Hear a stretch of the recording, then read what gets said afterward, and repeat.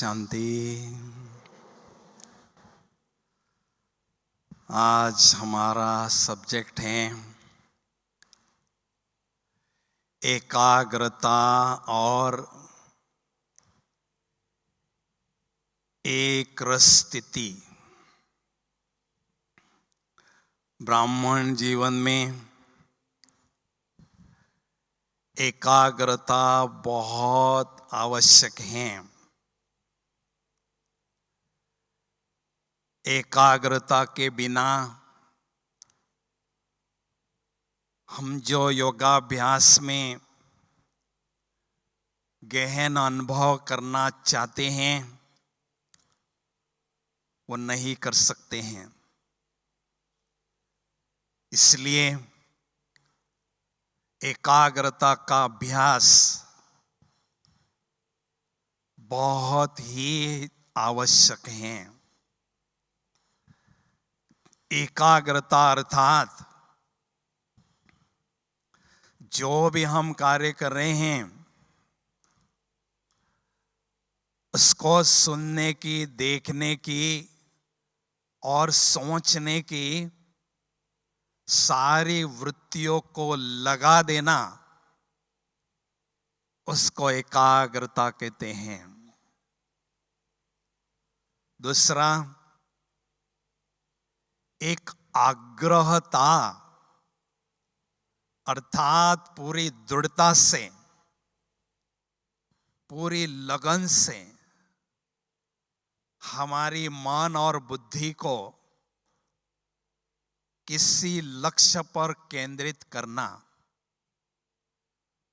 उसको एकाग्रता कहते हैं। उदाहरण लीजिए, ग्लास में अगर हम बारूद रखते हैं तो वो किसी उपयोग का नहीं होता है, लेकिन उससे बारूद को बंदूक की नाल में संयमित करके एकाग्रता होते ही किसी के भी प्राण हरने का सामर्थ्य उसमें जागृत होता है। तो ऐसे ही जब हम मन और बुद्धि की एकाग्रता करते हैं, हमारे विचार बहुत शक्तिशाली होते हैं। और एकाग्रता का अभ्यास हम लंबे समय तक करते हैं तो हमारे मन में जो संकल्प उत्पन्न होते हैं वो बहुत ही शक्तिशाली होते हैं। परिणाम स्वरूप हमें योगाभ्यास में विचित्र अनुभव होने लगते हैं। तो ऐसी एकाग्रता की शक्ति को कैसे प्राप्त करें? एकाग्रता में मन और बुद्धि, इन दोनों शक्तियों का प्रयोग किया जाता है। ये दोनों शक्तियां कौन सी है, कैसी है, इसका स्पष्टीकरण हमारे सामने होना चाहिए। अभी मैं आपको दो प्रश्न पूछता हूं। पहला प्रश्न, क्या आपने मधुबन में शांति स्तंभ को देखा है? पूछते ही शांति स्तंभ की तस्वीर आपके सामने आ रही है। आ रही है? आ चुकी हैं। अभी दूसरा प्रश्न, शांति स्तंभ के बारे में आप कुछ मुझे बताइए। फिर आप सोच सोच के मुझे बताने जाएंगे कि शांति स्तंभ में 4 बातें लिखी हैं: ज्ञान का स्तंभ, पवित्रता का स्तंभ, शक्ति का स्तंभ और शांति का स्तंभ। अभी इसमें जो शांति स्तंभ को देखने वाली शक्ति है वो है बुद्धि। और जो सोचने वाली शक्ति है वो मन। एकांत में बैठकर आत्मा ये शक्तियों का पुंज है, लेकिन शक्तियों का पुंज समझने के बाद ये देखने वाली शक्ति मेरी बुद्धि है और उस पर सोचने वाली शक्ति मन है। बस इस बात को आपने समझ लिया तो एकाग्रता बहुत सरल होगी। उसमें भी मन के बारे में आपको 5 बातें अच्छी तरह से समझना है। पहली बात, मन का मैं आत्मा मालिक हूं। मालिक जैसी आज्ञा मन को करता है वैसे उसको पालन करना होता है। तो जब हम मालिकपन की स्थिति में बैठते हैं, मन हमारी आज्ञा का पालन करता है और मन पर नियंत्रण और अनुशासन करने की शक्ति बढ़ती है और हम स्वराज अधिकारी बनते जाते हैं। दूसरी बात, मन बच्चे के समान होता है।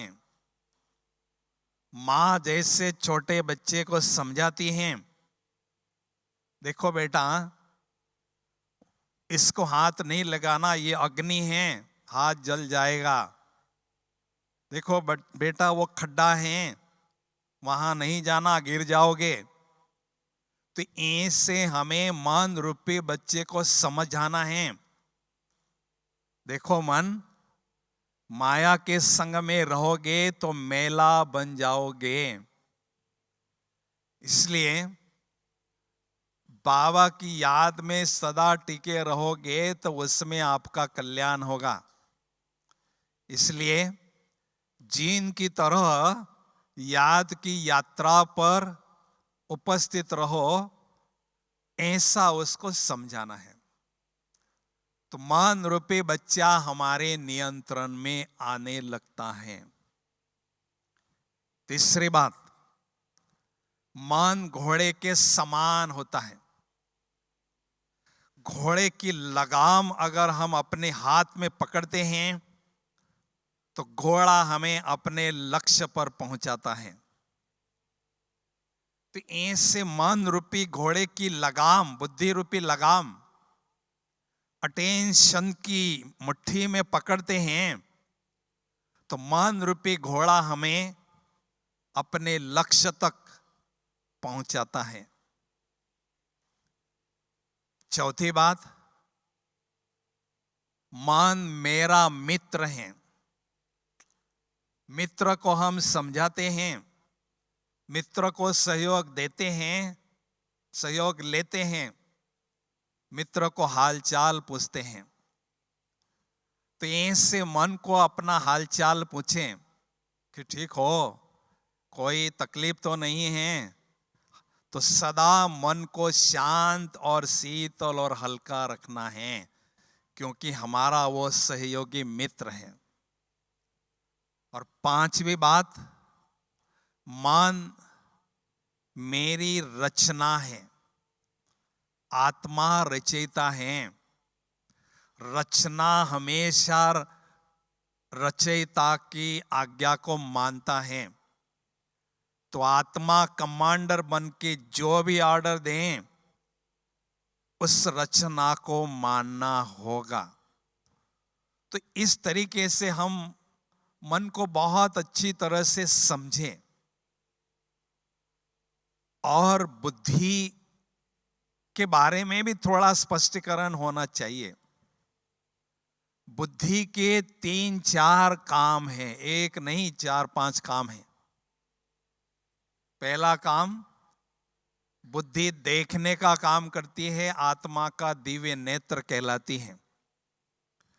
दूसरा काम, बुद्धि निर्णय लेने का काम करती है। तीसरा काम, बुद्धि मेमोरी का काम करती है। और बहुत महत्वपूर्ण बात जो आपने आज तक सुनी नहीं होगी, आत्मा का दिल बुद्धि कहलाती है। शरीर का दिल तो ये हार्ट होता है, आत्मा का दिल बुद्धि होती है। इसलिए कहते हैं पांडव प्रीत बुद्धि वाले थे, उनकी प्रीत भगवान के साथ थी, अर्थात उनका प्यार भगवान के साथ था। तो प्यार को एक्सप्रेस करने वाली शक्ति बुद्धि कहलाती है। इसलिए बुद्धि आत्मा का दिल कहलाती है। बाबा के दिल में बसना अर्थात ऐसा कुछ कार्य हमें करना है जो बाबा हमें अपने बुद्धि में बिठा दे। और पांचवा काम है, भक्ति मार्ग में हम जाते थे देवताओं के मंदिर में, तो कहते थे हे देवी जी, मेरी बुद्धि, मेरी कमी अपने चित्त पर नहीं रखना। चित्त पर अर्थात बुद्धि में नहीं रखना। तो कहने का भाव है इतने सारे काम बुद्धि करती हैं। अभी एकाग्रता की शक्ति को बढ़ाने के लिए इन दोनों शक्तियों में क्या रिलेशन है, क्या संबंध है, ये जानना जरूरी है। कहते हैं लोग मन को आज तक कोई कंट्रोल कर नहीं सका। मन को कंट्रोल करना असंभव करके लोगों ने उसको छोड़ दिया। लेकिन बाबा कहते हैं मन आपका है, आपके कंट्रोल में कैसे नहीं रहेगा। लेकिन मन और बुद्धि का संबंध हमें जानना है। बुद्धि मन का बॉस है, बुद्धि मन का कंट्रोलर है, बुद्धि मन का प्लानर है, बुद्धि मन का ऑर्गेनाइजर है, बुद्धि मन का डायरेक्टर है। जहां बुद्धि जाती है उसके पीछे मन ऑटोमेटिक जाता है। इसलिए मन को हमें पकड़ना नहीं है, उसके बॉस को पकड़ना है, बुद्धि को पकड़ना है। बुद्धि को पकड़ना अर्थात बुद्धि को किसी न किसी लक्ष्य पर केंद्रित करना। मान लीजिए बुद्धि को आप बाबा पर एकाग्र करते हैं, बिजी रखते हैं, तो मन बाबा के स्वरूप के बारे में, बाबा के ज्ञान के बारे में, शक्तियों के बारे में सोचता रहेगा। सोचना ही उसको पड़ेगा और कोई सोच नहीं सकता है। तो बुद्धि से देखना माना बाबा से कनेक्शन जुट जाना, ये सीधी बात है, सिंपल बात है। अभी ये जो बाबा से कनेक्शन हमारा बुद्धि का जुट गया है, उसमें एकाग्रता हमारी बढ़ती जाए, उसके लिए हमें क्या करना है? बुद्धि रूपी नेत्र से बाबा को देखना है और मन से सोचना है। अभी मान लीजिए बुद्धि वहां से भटक जाती है, कहीं और चली जाती है, तो उस समय क्या करना है? चेक करना है बुद्धि को और चेंज करना है, बाबा पर बिठा देना है। जितनी चेकिंग पावर, चेंजिंग पावर बढ़ती जाएगी, उतनी एकाग्रता की शक्ति आपकी बढ़ती जाएगी, ये गारंटी है। बुद्धि को कहीं जाने नहीं देना है। इसलिए बुद्धि पर वॉचमैन को अपॉइंटमेंट देना है। बुद्धि अगर कहीं जाती है तो बुद्धि को पकड़कर बाबा पर बिठाना है, ये तुम्हारी ड्यूटी है।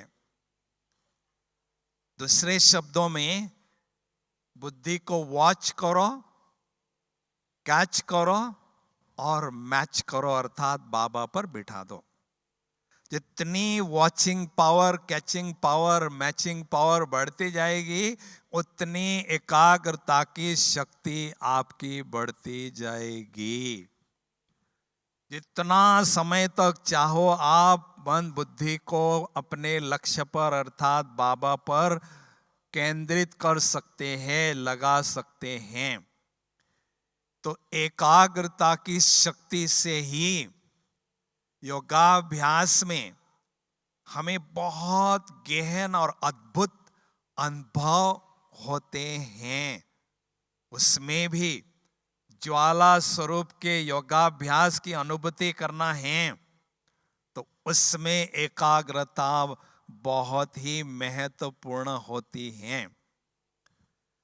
ज्वाला स्वरूप योगाभ्यास में क्या होता है, 100% बुद्धि की एकाग्रता बाबा पर होने से, बुद्धि रूपी नेत्र से बाबा को देखने से, ज्ञान सूर्य बाबा की किरणें बुद्धि रूपी लेंस से प्रवाहित होकर आत्मा पर पड़ती हैं और इससे प्रचंड ऊर्जा उत्पन्न होती है और योग की ज्वाला धधकने लगती है।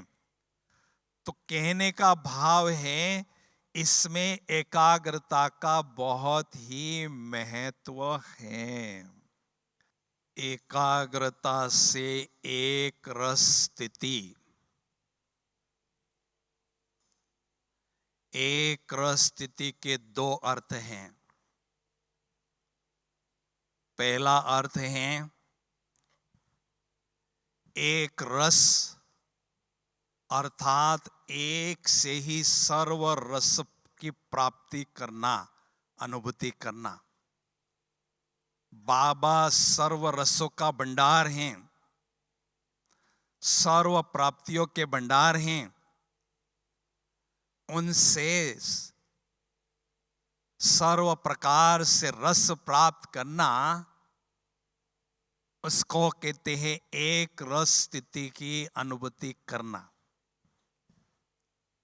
और दूसरा अर्थ है एक रस स्थिति अर्थात एक जैसी स्थिति हमारी हो, उसमें चढ़ाव उतार न हो, चढ़ाव उतार न हो, ऊंची नीची स्थिति न हो, एकदम अचल अडोल स्थिति हमारी हो, एक रस अचल अडोल स्थिति हो। अभी एक रस स्थिति को अनुभव करने के लिए हमें बाबा पर एकाग्रता के साथ मन बुद्धि को बिजी रखना है, क्योंकि बाबा ही आध्यात्मिक शक्तियों के प्रचंड स्रोत हैं, आध्यात्मिक शक्तियों के सोर्स हैं। आत्माओं को याद करते हैं तो शक्तियां खर्च होती हैं और बाबा को याद करते हैं तो शक्तियां प्राप्त होती हैं। इसलिए एक बाबा पर ही हमें मन बुद्धि को एक रस होकर लगाना है। अभी ऐसी एक रस स्थिति की अनुभूति को बढ़ाने के लिए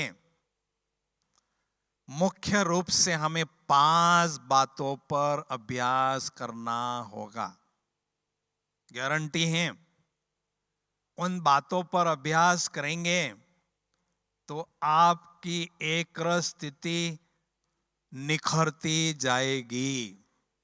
पहली बात, बाबा के पास बैठने के बाद वहां से हमें कौन हटाता है, कौन उसमें बाधा डालता है। पहली बात है देह की स्मृति हमें बाबा से यहां खींचती है। हमारा देह से बहुत गहरा लगाव होता है, क्योंकि आत्मा में 63 जन्मों का देह का भान छिपा हुआ है और आत्मा देह के साथ 24 घंटे रहती हैं। उसके कारण आत्मा के साथ देह का बहुत लगाव होता है। हम बाबा के पास बैठते हैं, बुद्धि को देह खींचता है।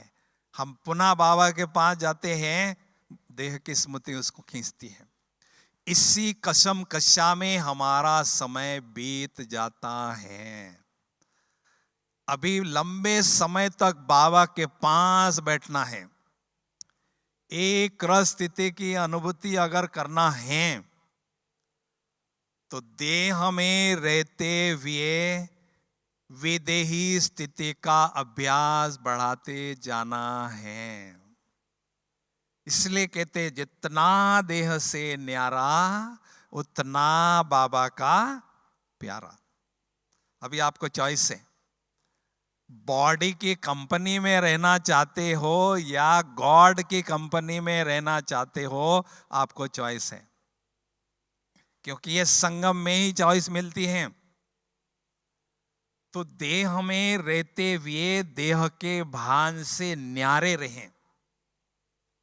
जितना जितना देह का भान मिटता जाएगा, हटता जाएगा, उतना बाबा के पास लंबे समय तक हम बैठ सकेंगे, एक रस स्थिति का अनुभव करते जाएंगे।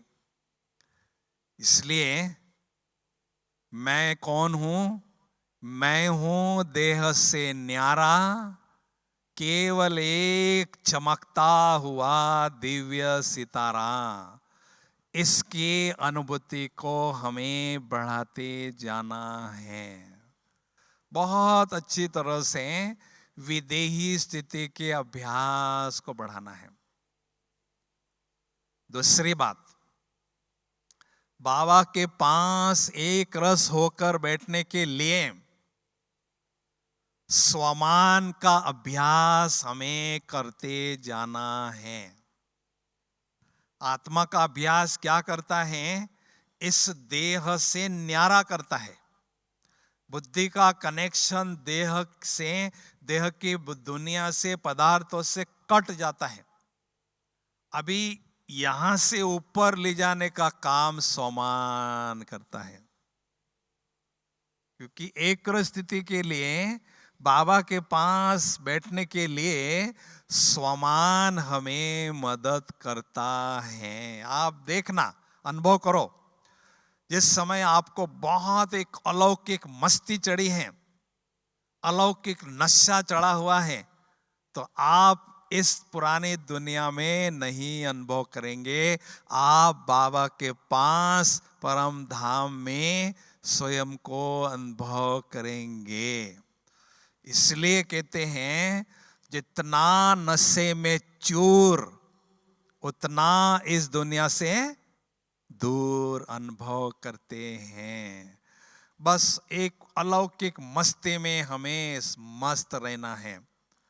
स्वमान के सिंहासन पर जब बैठे रहते हैं, ऊंची शान में, आत्मा की शान बान आन में रहते हैं, तो ये माया के प्रलोभन हमें अपने तरफ आकर्षित नहीं करते हैं। हम अपनी मस्ती में रहते हैं। बाबा को हमेशा नारायणी नशा रहता था, नशे में चूर रहते थे बाबा, ब्रह्मा बाबा। इसलिए ये पुरानी दुनिया बाबा को बहुत अच्छी नहीं लगती थी। ये तो पुरानी दुनिया है, 5000 वर्षों तक हमने इसको यूज किया है। अभी इसमें क्या रखा है? ये तो असार संसार है, नीरस दुनिया है, इसमें कोई रस बाकी नहीं है। तो समानधारी होकर हमें रहना है। समान में रहना अर्थात स्वयं ही स्वयं को मान देना सीखना।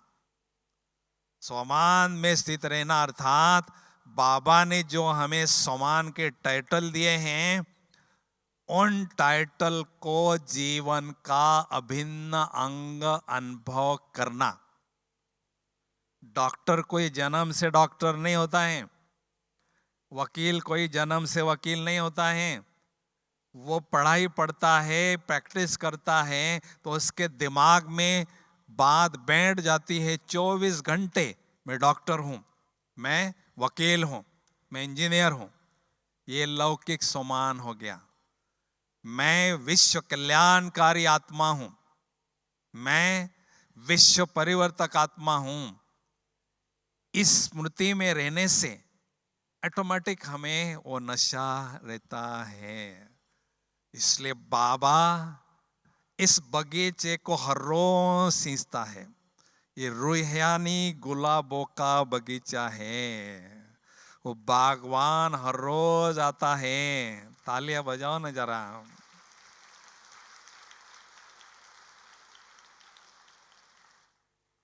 वो बागवान हर रोज ऊपर से आता है, इस बगीचे को ज्ञान और योग के जल से सींचता है। तो बागवान क्या चाहता है? मेरे बगीचे का रूह गुलाब कैसा हो? बोलो ना। केवल खिला नहीं, बहुत खिला हुआ हो। एक स्लोगन लिखो, मुस्कान के बिना मुख खिलता नहीं। चेहरे की सुंदरता रूहानी मुस्कुराहट है। मुस्कान के बिना मुख खिलता नहीं, सत्य ज्ञान के बिना सुख मिलता नहीं। हमारे चेहरे पर रूहानी मुस्कुराहट हमेशा छाई हुई हो, क्योंकि हम होनहार राजे महाराजे इस सभा में बैठे हैं, रानी महारानियां बैठी हैं। तो वो रूहानी नशा सिंहासन मिलते ही आत्मा में अनुभव हो, वो संस्कार हमें अभी से भरना है। इसलिए सोमान में अच्छी तरह से रहने का अभ्यास हमें जरूर करना है। तीसरी बात, एक स्थिति की अनुभूति को बढ़ाने के लिए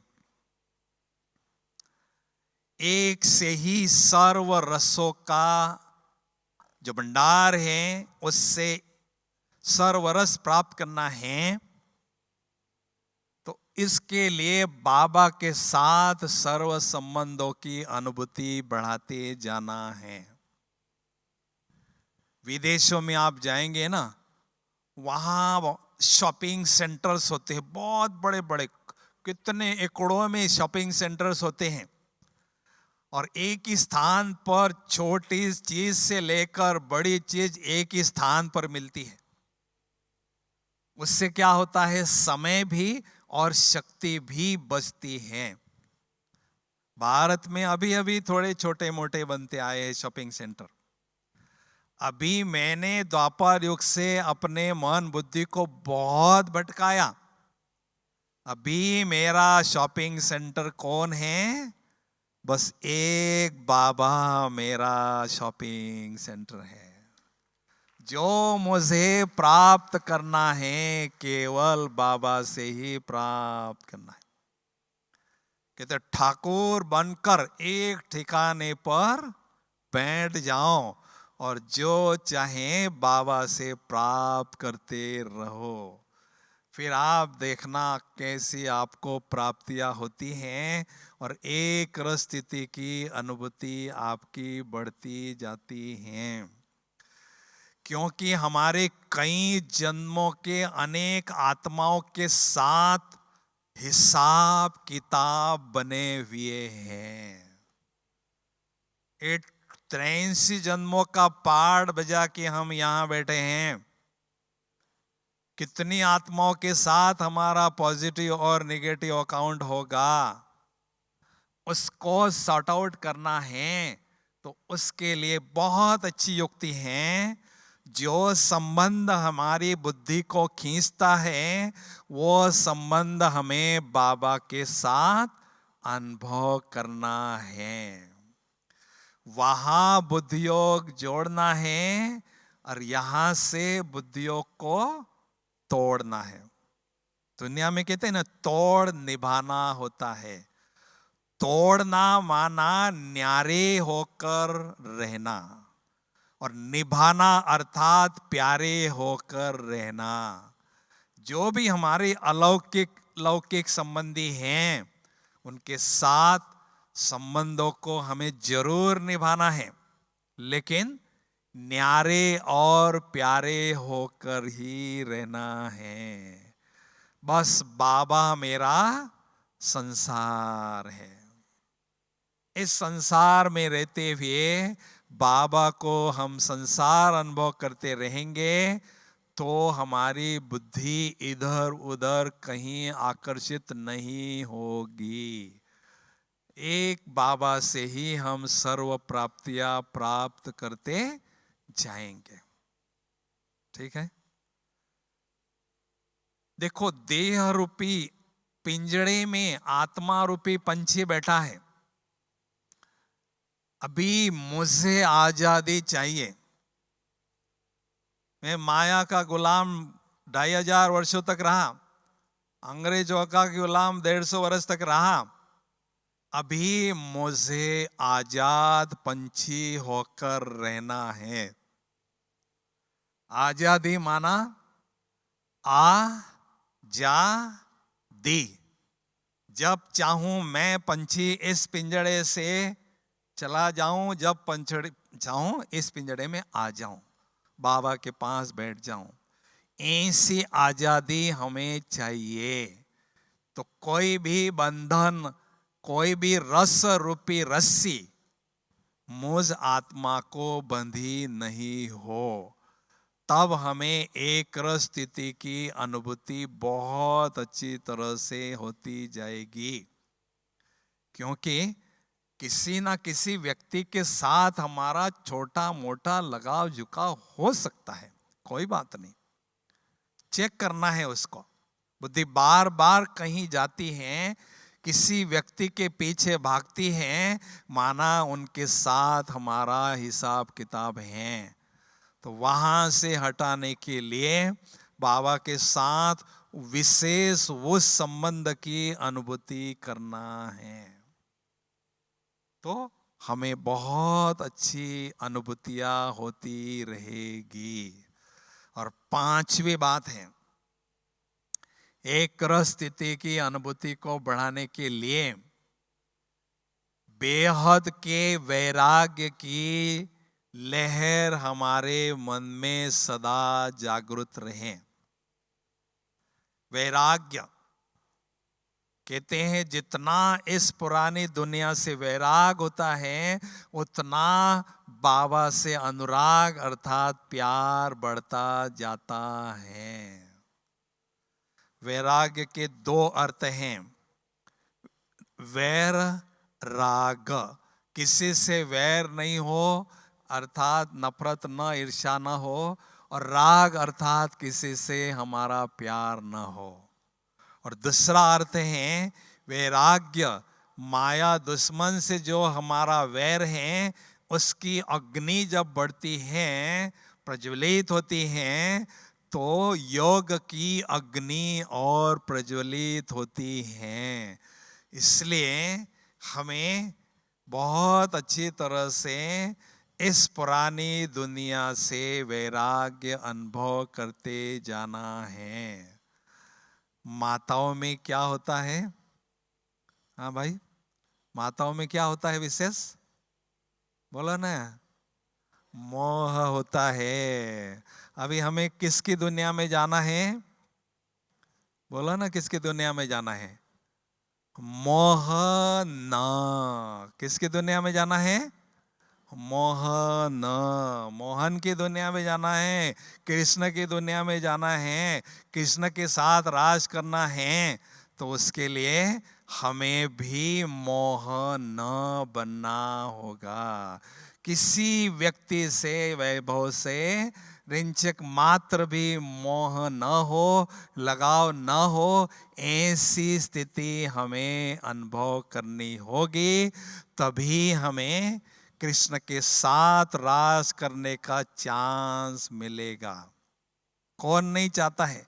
सतयुग में कौन नहीं चाहता है सतयुग में कृष्ण के साथ मुझे रास करने के लिए मिले? कौन नहीं चाहता है भाई?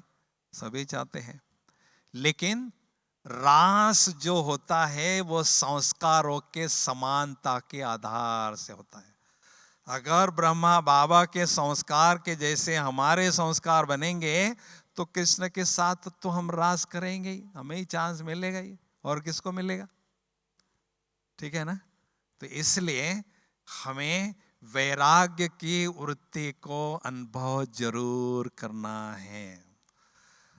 अभी एक स्थिति का अनुभव करने के लिए सबसे बढ़िया समय कौन सा है? एकाग्रता के साथ एक स्थिति की अनुभूति करने के लिए अमृत वेले का समय सबसे बढ़िया है। अमृत वेला बहुत महत्वपूर्ण वेला है। उस समय हमें ऐसी एकाग्रता की स्थिति, एक स्थिति की अनुभूति को बढ़ाते जाना है। क्यों? क्योंकि उस समय हमारा तन मन फ्रेश होता है। उस समय वायुमंडल भी बहुत उत्साह वाला होता है, आह्लाददायक होता है, फ्रेश होता है। ऑक्सीजन में प्राण वायु का जो परसेंटेज है वो सबसे ज्यादा होता है। उसके कारण बहुत सहयोग हमें मिलता है।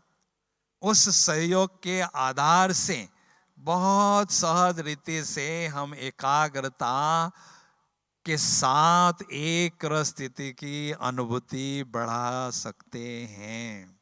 इसलिए अमृत वेला मुझे सफल और शक्तिशाली अनुभव करना है, ऐसा हमारा लक्ष्य हो। फिर आप देखना सारे दिन भर में बहुत अच्छी आपकी स्थिति होगी। तो इसको हमें पूंजी समझकर बहुत अच्छी तरह से अनुभव करते जाना है। दूसरी बात, एकाग्रता को बढ़ाने के लिए जो आजकल साइंस के साधन मोबाइल जैसे, टीवी जैसे बने हैं, व्हाट्सएप, यूट्यूब, ये मीठा जहर कह सकते हैं। कहते यूट्यूब माना यू डूब।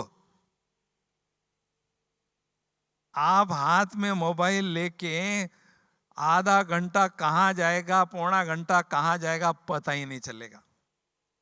सबसे टाइम को बर्बाद करने वाले टाइम किलर ये चीजें हैं। समय हमें फिक्स करना है, सारे दिन भर में इनका प्रयोग जरूर करना है, लेकिन आधा घंटा है, थोड़ा समय है, ऐसा हमें करना है। सारा समय अगर उसी में रहेंगे लंबा समय तक तो एकाग्रता नहीं होगी, मुश्किल लगेगी। क्योंकि जो हम सुनते हैं, जो हम देखते हैं, वो हमारे मानस पटल पर बार बार दोहराते जाते हैं। मनोवैज्ञानिकों ने स्पष्ट किया है, मैक्सिमम जो हम देखते हैं वो हमारे मन में प्रतिबिंब उसका होता है, और वो एकांत में बैठते हैं तो वही बातें मन में आती हैं। इसलिए इन चीजों का प्रयोग कम से कम करें। उससे क्या होगा? हमारी स्थिति सुधारने में हमें बहुत मदद मिलेगी।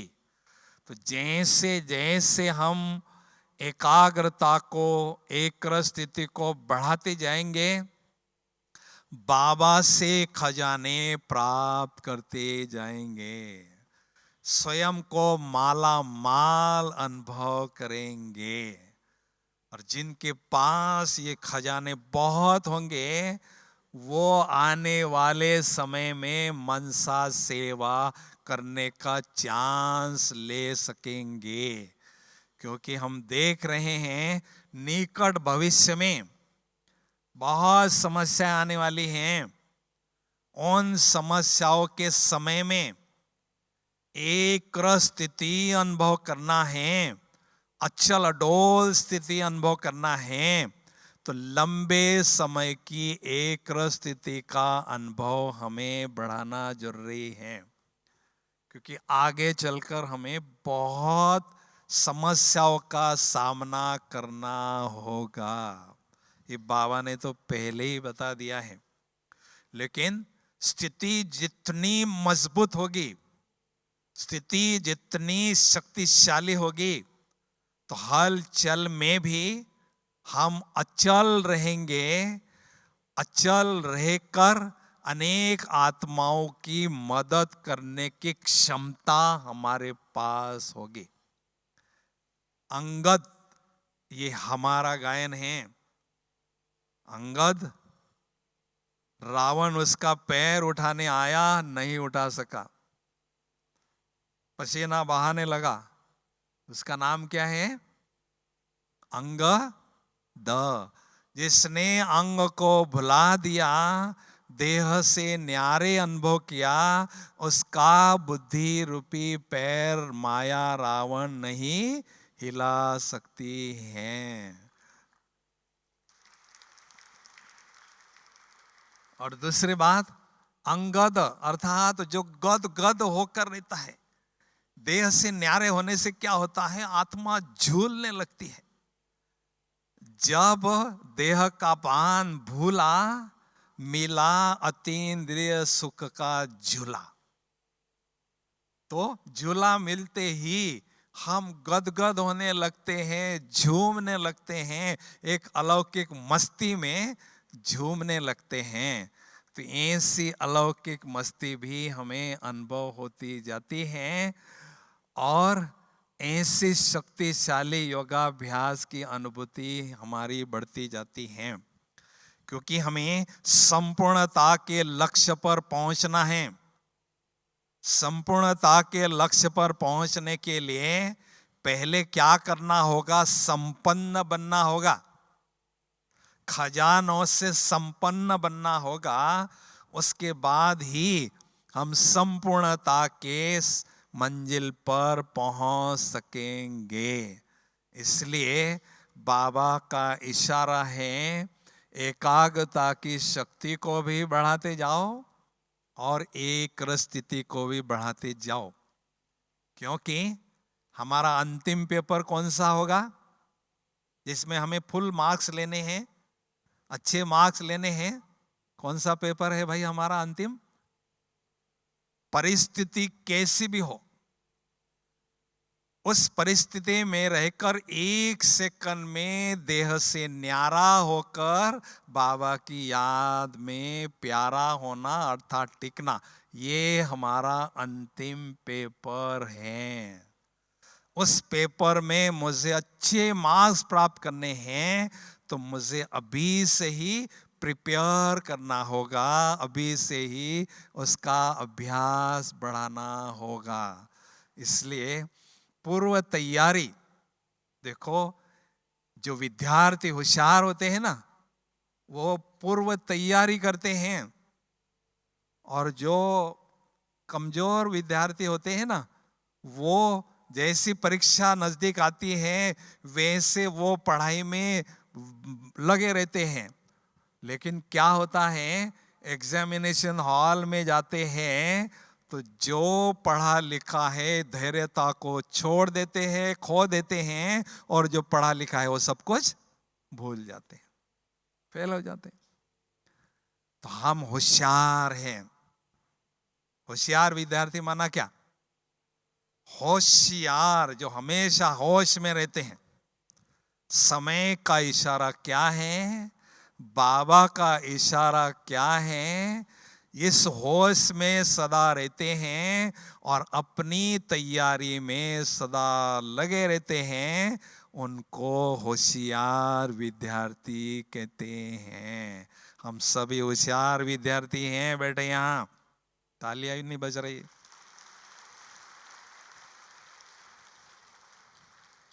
तो अभी हमें बहुत सुंदर योग की अनुभूति करना है। करेंगे भाई? देखो बाबा ने इशारा दिया है, अनुभव की अथॉरिटी बनो। ज्ञान सुनना सुनाना बहुत अच्छी बात है, लेकिन आगे के स्टेप है अनुभव करना। जब तक हम अलौकिक अनुभूतियां नहीं करते हैं तो ये ज्ञान अधूरा ही रह जाता है। ठीक है भाई, तो करना है, सबको अच्छी तरह से अनुभूति करना है, तो सब तालियां जरा 2 मिनट के लिए बजाओ।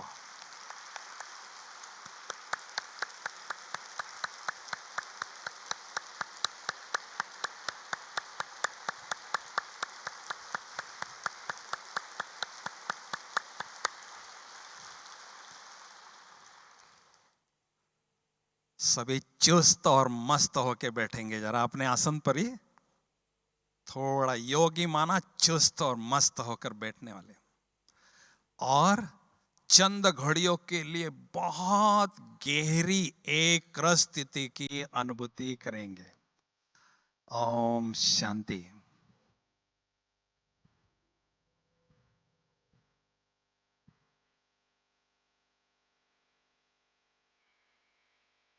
इस देह रूपी चैतन्य डिब्बी में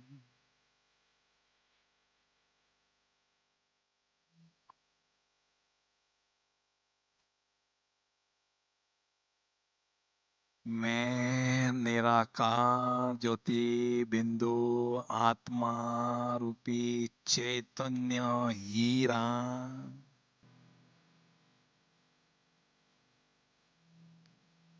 बेदाग हीरा विराजमान हूं।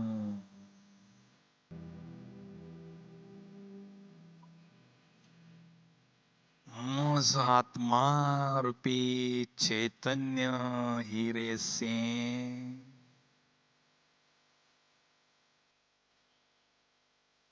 दिव्यता की चमक,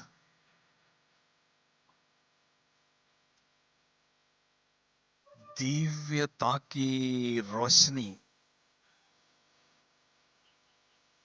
चारों ओर फैल रही है।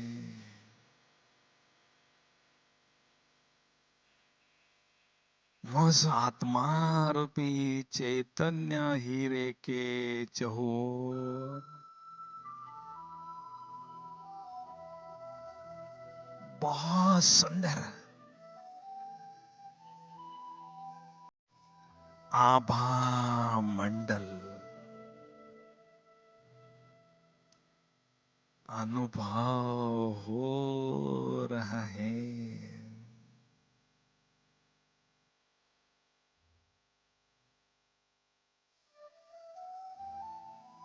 भगवान की नजरों में आया हुआ मैं चैतन्य आत्मा रूपी हीरा हूं। इस बेहद ड्रामा में हीरो हूं।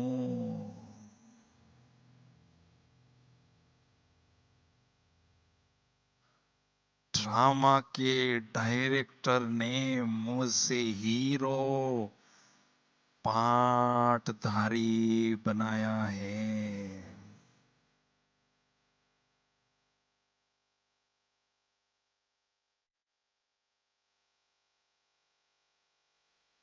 मैं निराकार ज्योति बिंदु आत्मा रूपी हीरा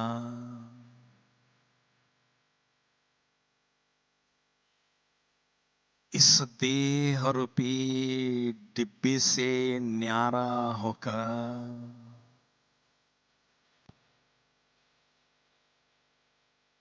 बुद्धि बल से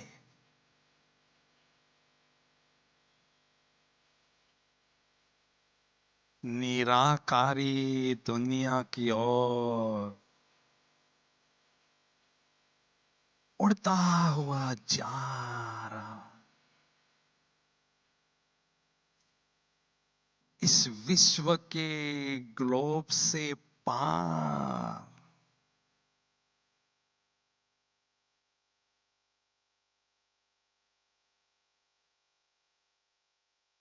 चंद्र सूर्य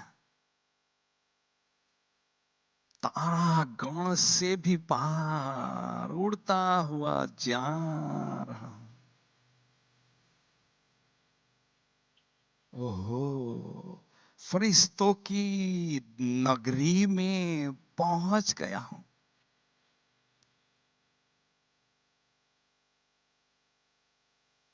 जहां चारों ओर सफेद ही सफेद, सफेद ही सफेद, दिव्य प्रकाश ही प्रकाश है। मोज आत्मा रूपी चैतन्य हीरे ने दिव्य प्रकाश पुंज की फरिश्ता स्वरूप की चमकीली ड्रेस धारण कर ली है। कितनी सुंदर, हल्की फुल्की ड्रेस है यह। ओह, फरिश्तों के महाराजा प्यारे ब्रह्मा बाबा अपने दिव्य और भव्य संपूर्ण फरिश्ता स्वरूप में मेरे समक्ष विराजमान है। मेरे अति प्यारे, अति मीठे शिव बाबुल भी उनके भुकुटी में चमचमाते हुए दिखाई दे रहे हैं।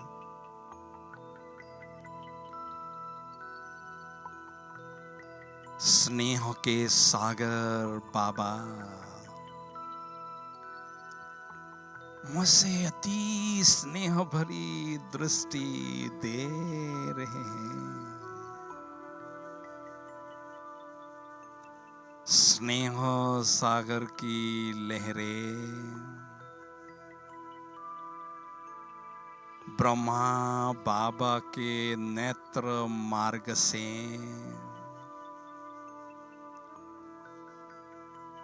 प्रवाहित होकर मुझ फरिश्ते की ओर आ रही है।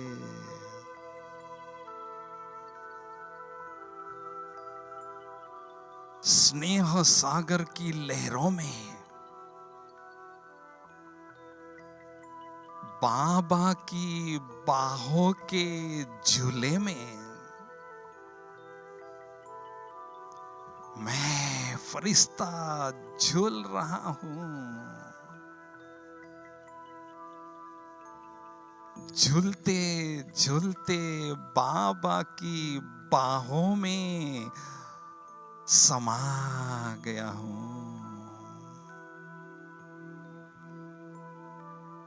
परम सुख की अनुभूति हो रही है।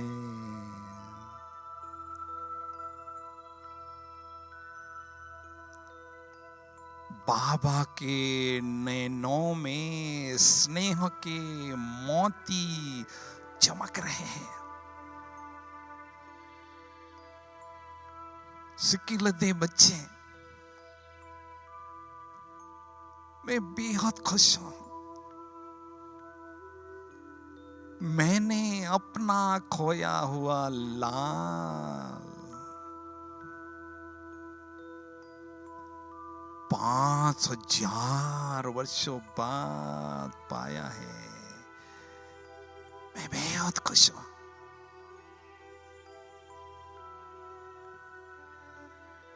फरिश्ता स्वरूप की ड्रेस को छोड़कर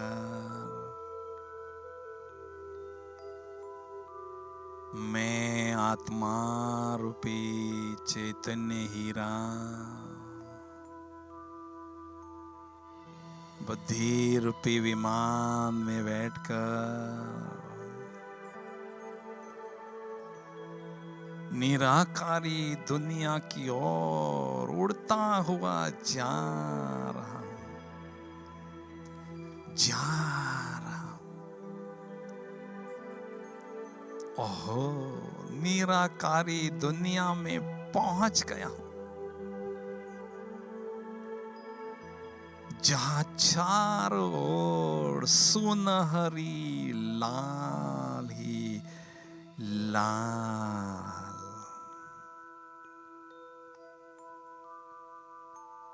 सुनहरी लाल ही लाल दिव्य प्रकाश प्रकाश है, शांति ही शांति है। कितना प्यारा घर है यह मेरा परम धाम। ओह, मेरे प्राणेश्वर, मेरे प्राणनाथ, पारसनाथ,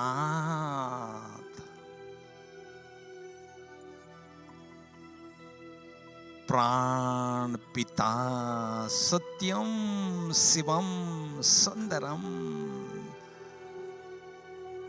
मुझ आत्मा के समक्ष विराजमान है। मैं आत्मा अपने दिव्य चक्षु से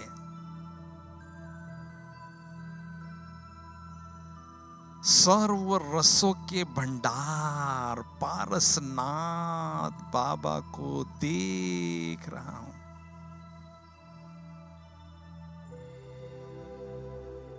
देखता ही जा रहा हूं।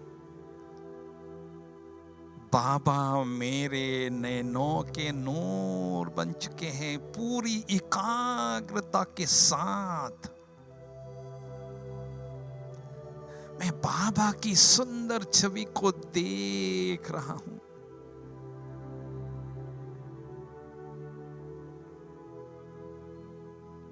मेरे दिल की दुनिया में मेरे बाबा ही बाबा है, बस बाबा ही बाबा है। ज्ञान सूर्य शिव पिता से अत्यंत शक्तिशाली किरणों की वर्षा निरंतर मुझ आत्मा पर पड़ रही है। मैं आत्मा ज्ञान सूर्य शिव पिता से प्रचंड शक्तियां, अनंत शक्तियां स्वयं में ग्रहण कर रहा हूं, ग्रहण करते ही जा रहा हूं। और योग की प्रखर अग्नि में मेरे पूर्व जन्मों के पाप पल भर में दग्ध हो रहे हैं। मैं आत्मा स्वयं को एकदम हल्की फुल्की खुशी से भरपूर अनुभव कर रही हूं। सर्व रसों के भंडार से सर्व रसों की अनुभूति कर रही हूं। एक रस स्थिति की अनुभूति हो रही है। सचमुच मेरे जीवन के सबसे खुशनुमे पल है यह,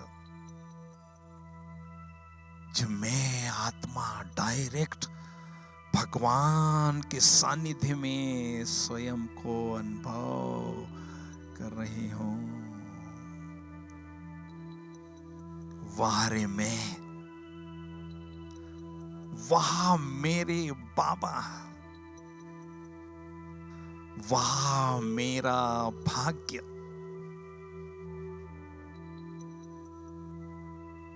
दिल कहता है इसी गहन अनुभूति में मैं आत्मा खोई रहूं, डूबी रहूं, समाई रहूं।